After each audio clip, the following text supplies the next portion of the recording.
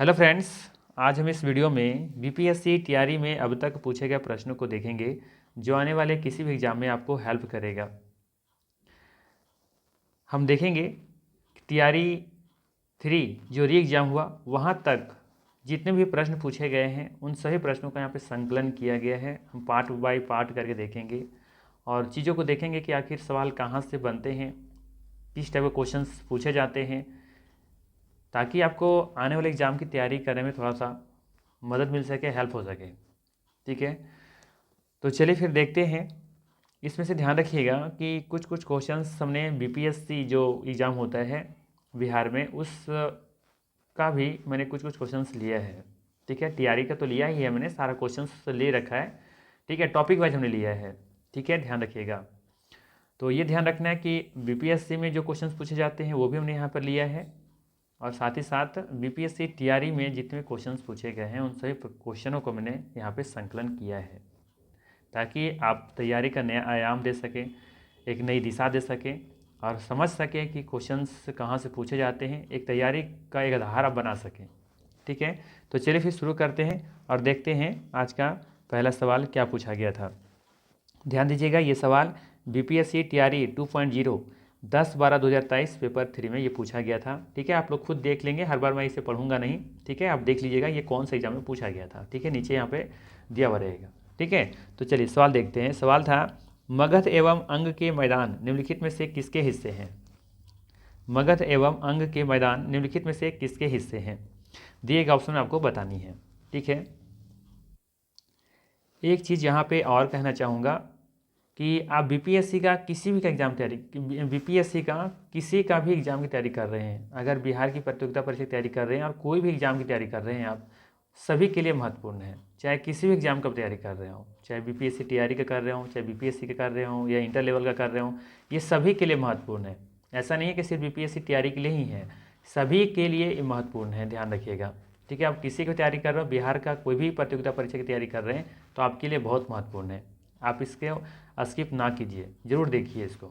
ठीक है, चाहे 1 to 5 के लेवल का हो, है ना, चाहे 6 to 8 का हो या 6 to 10 का हो, चाहे जो भी लेवल का हो, 11 12 हो, है ना, जो भी लेवल का आप तैयारी कर रहे हैं सबके लिए महत्वपूर्ण है।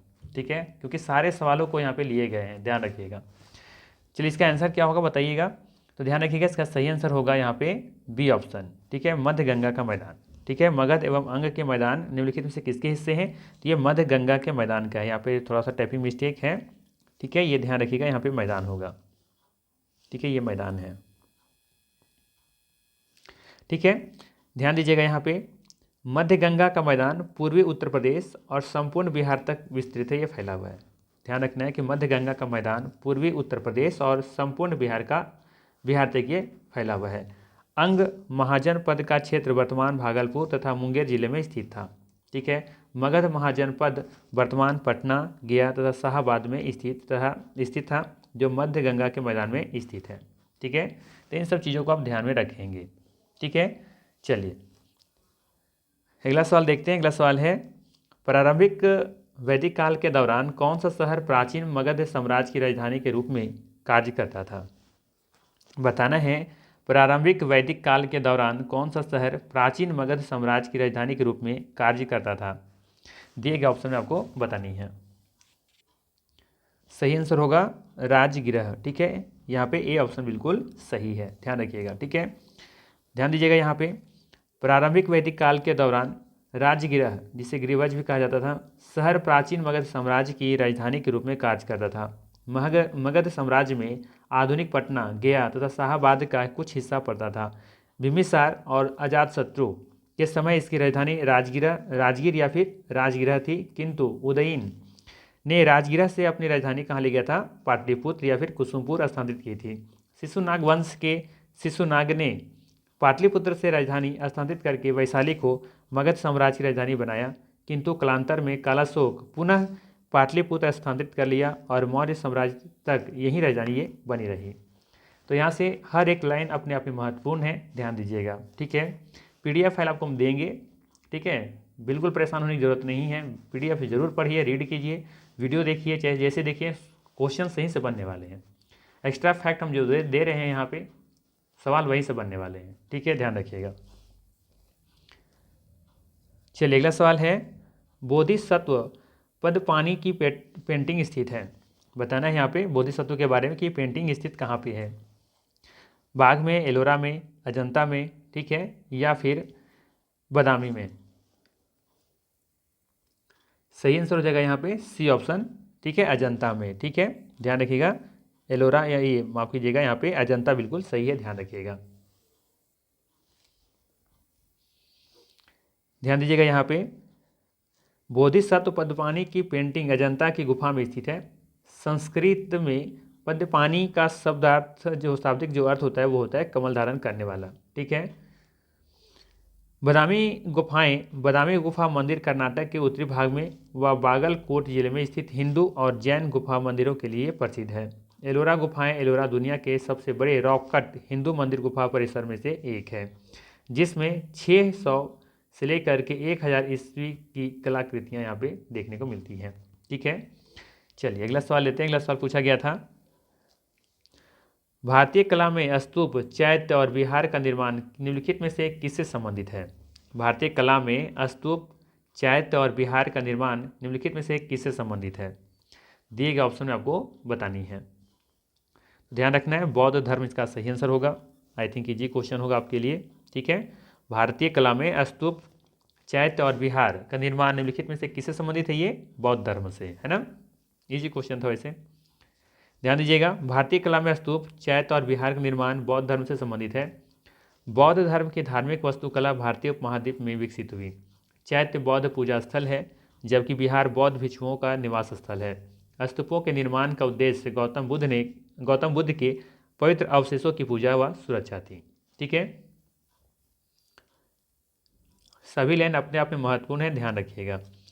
चलिए अगला क्वेश्चन है, निम्नलिखित में से कौन सा जानवर सिंधु घाटी सभ्यता के लोगों को नहीं पता था। बताना है, निम्नलिखित में से कौन सा जानवर सिंधु घाटी सभ्यता के लोगों को नहीं पता था। तो ध्यान रखिएगा, यहाँ पे सही आंसर होगा यहाँ पे उपर्युक्त में से कोई नहीं। ठीक है, अब देखेंगे कि दिए गए ऑप्शन में सभी सिंधु घाटी सभ्यता के लोगों को पता था। ठीक है, लेकिन ध्यान रखिएगा कि बिहार जो लोक सेवा आयोग है इसका आंसर बी माना है, घोड़ा माना है। ठीक है, ध्यान रखना है, इसका आंसर बीपीएससी ने क्या माना है, बी माना है, घोड़ा माना है। लेकिन अब देखेंगे, इतिहास उठा कर देखेंगे तो आप पाएंगे कि सिंधु घाटी सभ्यता के लोग बैल, घोड़ा, हाथी सभी के बारे में जानते थे। ठीक है, आइए इनकी जानकारी लेते हैं। ध्यान दीजिएगा, सिंधु घाटी सभ्यता के लोग बैल, घोड़ा, हाथी आदि पशुओं के बारे में जानकारी थी। जहाँ तक घोड़े का प्रश्न है, प्रारंभ में ऐसा माना जाता था कि सैंधव लोग घोड़े से परिचित नहीं थे, किंतु लोथल, सुरकोटदा, कालीबंगन आदि स्थलों से घोड़े की मृतियाँ, हड्डियाँ, जबड़े आदि के अवशेष मिल जाने के पश्चात अब यह सुनिश्चित हो गया कि इस पशु से भी सैंधव लोग परिचित थे। ठीक है, तो ध्यान रखिएगा, इसका यहाँ आंसर ई ऑप्शन होना चाहिए था। ठीक है, बट बीपीएससी ने इसे बी माना है। ठीक है, बात आप फैक्ट देखेंगे उठा करके तो आंसर इसका ई होना चाहिए था। चलिए अगला सवाल है, अब ये भी सही है कि अगर आप अराइज भी करते हैं क्वेश्चन तो बीपीएससी मानता नहीं, तो जिद पड़ा रहता है कि भैया मेरा आंसर ही सही है, यही सही है ना, कुछ भी कर लो। चलिए अगला सवाल है, कौटिल्य किस संस्थान में राजनीति विज्ञान और अर्थशास्त्र के प्राध्यापक थे। बताना है कि कौटिल्य किस स्थान में राजनीतिक विज्ञान और अर्थशास्त्र के प्राध्यापक थे। दिए गए ऑप्शन में बताना है, बीपीएससी स्कूल टीचर 2023 पेपर यहाँ पे 1 होना चाहिए था, पेपर 2 होना चाहिए था। ठीक है, 2 है ये, है ना, 11 नहीं 2। ठीक है, शिफ्ट 2 दूसरा में ये पूछा गया सवाल था।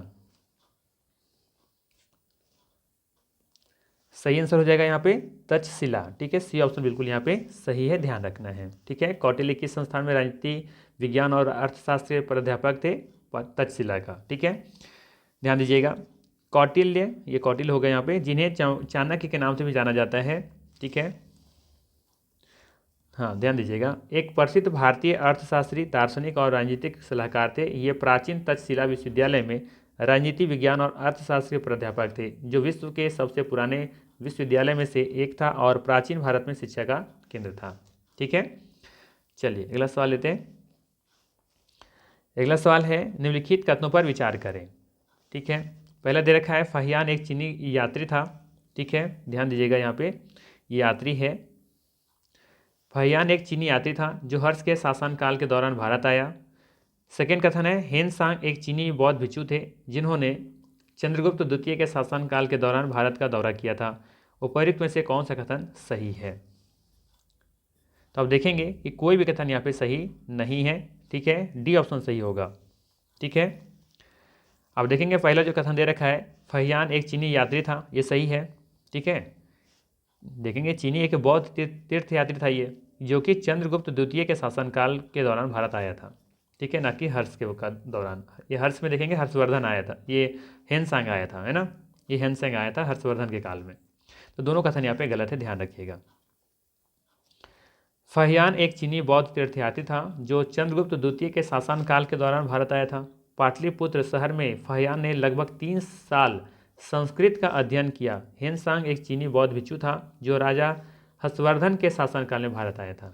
ठीक है, उसने कश्मीर, सियालकोट, कन्नौज और नालंदा में हीनयान और महायान बौद्ध धर्म का अध्ययन भी किया था। ठीक है, चलिए सवाल अच्छे अच्छे पूछे गए हैं। वैसे चीनी स्रोत के अनुसार श्रीलंका के शासक मेघवर्मन ने गया में बौद्ध मंदिर बनाने की अनुमति के लिए निम्नलिखित में से किस गुप्त राजा के पास एक मिशनरी भेजा था? अच्छा सवाल है, बताइएगा। सही आंसर होगा यहाँ पे समुद्रगुप्त। ठीक है, समुद्रगुप्त इसका सही आंसर है, बी ऑप्शन सही होगा, ध्यान रखिएगा। ठीक है, चीनी स्रोत के अनुसार श्रीलंका के शासक मेघवर्मन ने गया में बौद्ध मंदिर बनवाने की अनुमति के लिए निम्नलिखित में से किस गुप्त राजा के पास एक मिशनरी भेजा था? समुद्रगुप्त इसका सही आंसर होगा, ध्यान रखिएगा। चलिए अगला सवाल लेते हैं। बीपीएससी टीआरई 3.0 125 में ये री एग्जाम में पूछा गया था 20/7/2024 को। ठीक है, प्राचीन भारतीय धातुकर्म का आश्चर्य लौह स्तंभ स्थित है। प्राचीन भारतीय धातुकर्म का आश्चर्य लौह स्तंभ स्थित है, कहाँ स्थित है ये आपको बतानी है। सही आंसर होगा यहाँ पे बी ऑप्शन, दिल्ली में। ठीक है, दिल्ली में स्थित है ये प्राचीन भारतीय धातुकर्म का आश्चर्य लौह स्तंभ, दिल्ली में स्थित है। ठीक है, प्राचीन भारतीय धातुकर्म का आश्चर्य लौह स्तंभ दिल्ली के हरौली में स्थित है। ठीक है, इसका निर्माण संभवतः चंद्रगुप्त विक्रमादित्य ने कराया था। गुप्त काल में लौह निर्मित इस स्तंभ में आज तक जंग नहीं लगी है, जो उसकी उत्कृष्ट निर्माण कार्य को प्रदर्शित करता है। ठीक है, चलिए अगला सवाल है, खीर भवानी मेला आयोजित किया जाता है। ध्यान दीजिएगा, बीपीएससी टीआरई 3.0 125 में ये पूछा गया सवाल है, जो कि एग्जाम कैंसिल हुआ था। ठीक है, बताना है कि खीर भवानी मेला आयोजित कहाँ पे किया जाता है। सबको पता होगा कहाँ किया जाता है, ये जम्मू कश्मीर में, है ना। सी ऑप्शन बिल्कुल यहाँ पे सही है, ध्यान रखिएगा।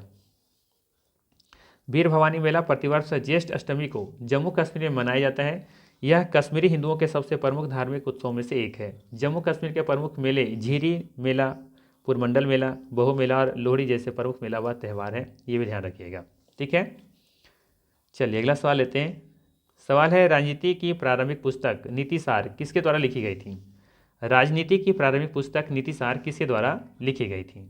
तो याद रखना ये कामनक के द्वारा लिखी गई थी। ठीक है, बी ऑप्शन यहाँ पे सही है, ध्यान रखिएगा। ठीक है, चलिए अगला सवाल लेते हैं। अगला सवाल है, विशाखा दत्त कौन थे? विशाखा दत्त या विशाख दत्त कौन थे? चिकित्सक थे, गणितज्ञ थे, ज्योतिष्य थे, या फिर उनसे कोई नहीं? सही आंसर हो जाएगा यहाँ पे डी ऑप्शन, इनमें से कोई नहीं। ध्यान रखिएगा, विशाख दत्त एक नाटककार थे। ठीक है, बाकी ध्यान रखना है, चरक के बारे में पूछा जाए तो ये चिकित्सक थे, ब्रह्मगुप्त ये गणितज्ञ थे, बराहमिहिर ज्योतिषी थे, और विशाख दत्त जो थे ये नाटककार थे। ठीक है, तो यहाँ से जरूर ध्यान रखिएगा, चरक कौन थे? चिकित्सक थे, ब्रह्मगुप्त गणितज्ञ थे, बराहमिहिर ज्योतिषी थे, और विशाख दत्त एक नाटककार थे। ठीक है, चलिए अगला सवाल है, ऐतिहासिक दक्षिणापंथ नामक क्षेत्र का विस्तार कहाँ से कहाँ तक आपको बताना है। ठीक है, इधर आपको देखते जाइएगा कि कौन से एग्जाम में पूछा गया है। ठीक है, ऐतिहासिक दक्षिणापंथ नामक क्षेत्र का विस्तार कहाँ है, इसे आपको बतानी है। तो ध्यान रखना, ये विंध्याचल पर्वत श्रेणी से कृष्ण नदी के मध्य में स्थित है। ये ऑप्शन यहाँ पे बिल्कुल ही सही होगा, ध्यान रखिएगा। ठीक है, दक्षिणापंथ नामक क्षेत्र जो है ये आपको विंध्याचल पर्वत श्रेणी से कृष्ण नदी के मध्य में देखने को मिलेगा। ठीक है, ये ध्यान रखिएगा, दक्षिणापथ का तात्पर्य है दक्षिण की ओर जाने वाला मार्ग। ठीक है, चलिए अगला सवाल है, इनमें से किसने भारत में फारसी त्यौहार नौरोज की शुरुआत की थी? इनमें से किसने भारत में फारसी त्यौहार नवरोज की शुरुआत की थी? क्लास 6 या 7 या 8, इसी में किसी के किताब में, ऐतिहासिक किताब में से पूछा गया सवाल है। ठीक है, आई थिंक मुझे लगता है कि वो क्लास 7 का बुक होगा ये इतिहास, चैप्टर नंबर 1, जो दिल्ली सल्तनत है ना, उस चैप्टर से ये सवाल पूछा गया है ना। तो एनसीईआरटी बुक पढ़ने से बहुत फ़ायदा होने वाला है मेरे हिसाब से। तो कोशिश कीजिए कि एनसीईआरटी जो जितना भी है ना वो पढ़ जाइए, रट जाइए आप, बहुत फ़ायदा होने वाला है। क्योंकि सब सवाल देख रहे हैं कि जितना भी एनसीईआरटी का बुक में लाइन बाय लाइन दिया हुआ है। ठीक है, तो आपको बताना है कि इनमें से किसने भारत में फारसी त्यौहार नवरोज की शुरुआत की थी। तो ये कौन था? बलबन था। ठीक है, सिजदा सुने होंगे, पैबोस का नाम सुने होंगे, उसका शुरुआत इन्होंने ही किया था। ठीक है, ध्यान दीजिएगा, बलबन पहला सुल्तान था जिसने भारत में फारसी त्यौहार नवरोज की शुरुआत की। बलबन फारसी संस्कृति और परंपराओं के प्रति अपने प्रेम के लिए जाना जाता था। ठीक है, तो ध्यान रखना है, हमने बताया कि उसने अपने दरबार में गैर इस्लामी प्रथा सिजदा और पबोस का भी शुरुआत किया था। जरूर याद रखिएगा, सिजदा और पबोस। ठीक है, ये दोनों याद रखिएगा, ये दोनों बलबन ने ही शुरू किया था। ठीक है, चलिए अगला सवाल है, मोहम्मद बिन तुगलक के शासनकाल में भारत आए प्रसिद्ध मुस्लिम खोजकर्ता इब्न बतूता किस देश के थे? ठीक है, ये भी एनसीईआरटी का लाइन है। ठीक है, ये कहाँ के थे? ये मोरक्को के थे। ठीक है, बी ऑप्शन सही होगा। देखिए, बीपीएससी स्कूल टीचर 2023 में पूछा गया है, पेपर 2 में, शिफ्ट 1 में। ठीक है, सल्तनतकालीन तुगलक वंशी शासक मोहम्मद बिन तुगलक के शासनकाल में आए प्रसिद्ध खोजकर्ता एवं यात्री इब्न बतूता अफ्रीका के मोरक्को का निवासी था। ठीक है, तो ये भी ध्यान रखिएगा, किसके काल में आया था ये? तो मोहम्मद बिन तुगलक के काल में आया था। यहाँ से सवाल बन सकता है कि इब्न बतूता किसके शासनकाल में आए थे? ठीक है, वह मध्य एशिया के मार्ग से होते हुए भारत के सिंध प्रांत में वर्ष 1333 में पहुंचा। मोहम्मद बिन तुगलक 1325 से लेकर के 1351 ईस्वी इनका शासनकाल है। उन्हें इब्न बतूता को दिल्ली के काजी यानी कि जज इसको नियुक्त किया था। तो ये भी सवाल जरूर याद रखिएगा। ठीक है, इब्न बतूता को क्या नियुक्त किया गया था, क्या बनाया गया था? ठीक है, किसके काल में, किसके शासनकाल में? इससे तो सवाल बन सकते हैं बहुत सारे। ठीक है, देखिएगा ध्यान से। चलिए अगला सवाल है कि मैथिली भाषा का विकास निम्नलिखित में से किसके शासनकाल के दौरान शुरू हुआ था? बताना है, मैथिली भाषा का विकास निम्नलिखित में से किसके शासनकाल के दौरान शुरू हुआ था? 4 ऑप्शन दिए गए हैं, तो याद रखना है, कर्नाटक राजवंश के समय में। ठीक है, सी ऑप्शन यहाँ पे सही है, ध्यान रखिएगा। डॉक्टर राम प्रकाश शर्मा ने मैथिली के विकास की सबसे अच्छी अवधि 1206 से लेकर के 1526 ईस्वी बताया है। इसी काल में ज्योतिश्वर और विद्यापति द्वारा मैथिली भाषा में सर्वश्रेष्ठ रचनाएं की गई थी। इस दौरान मिथिला क्षेत्र में कर्नाटक वंश या सिमराव वंश, ठीक है, का शासन भी था। ठीक है, ये ध्यान रखिएगा। चलिए अगला है, नाथपंथियों, सिद्धों और योगियों ने भक्ति धाम को किस क्षेत्र में लोकप्रिय बनाया था? ठीक है, यहाँ पे ध्यान रखिएगा, लोकप्रिय होगा, का छूटा हुआ है। ठीक है, ये बीपीएससी में पूछा गया सवाल है 2023 में। सही आंसर हो जाएगा यहाँ पे उत्तर भारत। ठीक है, ए ऑप्शन बिल्कुल यहाँ पे सही है, ध्यान रखिएगा, उत्तर भारत। नाथपंथियों, सिद्धों और योगियों ने भक्ति धाम को उत्तर भारत में लोकप्रिय बनाया था। ठीक है, चलिए बाकी यहाँ पे देख लीजिएगा, उन्होंने पारंपरिक धर्म और सामाजिक व्यवस्था के अनुष्ठान और अन्य पहलुओं की आलोचना की। उनके अनुसार निराकर परमात्मा का ध्यान तथा उसके साथ एक हो जाने का एहसास मुक्ति का मार्ग है। ठीक है, उनके अनुसार, किनके? नाथपंथियों, सिद्धों और योगियों के अनुसार। चलिए अगला सवाल लेते हैं। अगला सवाल है, फुतुहात ए आलमगिरी किसके द्वारा लिखी गई थी? फुतुहात ए आलमगिरी किसके द्वारा लिखी गई थी? तो याद रखना है, ये ईश्व नागर के द्वारा लिखी गई थी। ये ऑप्शन यहाँ पे सही है, ध्यान रखिएगा। ठीक है, फुतुहात ए आलमगिरी ईश्वरदास नागर द्वारा लिखी गई थी। इसमें 1698 ईस्वी तक के औरंगजेब के शासनकाल की कुछ महत्वपूर्ण घटनाएं शामिल हैं। ठीक है, ध्यान रखिएगा। चलिए अगला सवाल है, निम्नलिखित में से किस बंदरगाह को मुगल काल के दौरान बाबुल मक्का, जिसे मक्का का द्वार भी कहा जाता है ना, ये कहाँ है? कालीकट, सूरत, कैम्बे या फिर ब्रोंज? तो ये है सूरत में। ठीक है, ध्यान रखिएगा, बी ऑप्शन यहाँ पे सही है। ठीक है, ध्यान दीजिएगा, यहाँ पे सूरत बंदरगाह को मुगल काल के दौरान बाबुल मक्का या फिर मक्का का द्वार कहा जाता था, क्योंकि मक्का की तीर्थ यात्रा सूरत से शुरू होती थी। सूरत गुजरात का प्रमुख शहर है। यह अपने वस्त्रों के लिए जाना जाता है। मध्यकाल के दौरान यह एक महत्वपूर्ण बंदरगाह था। इसे पश्चिमी एशिया के प्रवेश द्वार के रूप में भी जाना जाता है। ये इंपॉर्टेंट लाइन है अपने आप में। इसे पश्चिमी एशिया के प्रवेश द्वार के नाम से जाना जाता है। ठीक है, चलिए अगला सवाल लेते हैं। अगला सवाल है, निम्नलिखित कथनों पर विचार कीजिए। भारत में बाबर के आगमन के कारण, यहाँ पे दिए गए बताना है कौन कौन सा कथन यहाँ पे सही होगा। ठीक है, जब आगमन हुआ था बाबर का। ठीक है, पहला है उपमहाद्वीपों में बारूद का आगमन हुआ। दूसरा है क्षेत्र की वास्तुकला में मेहराब और गुंबद का परिचय हुआ। तीसरा है प्रदेश में तैमुरिड राजवंश की स्थापना हुई। और चौथा है युद्ध में तोपों की शुरुआत हुई। बताना है यहाँ पे कौन सा कथन सही है। केवल एक दो तीन, 3 4 या फिर इनमें से कोई नहीं। ठीक है, तो ध्यान दीजिएगा, यहाँ पे पहला कथन जो दे रखा है आपका, उपमहाद्वीपों में बारूद का आगमन हुआ, ये कथन गलत है।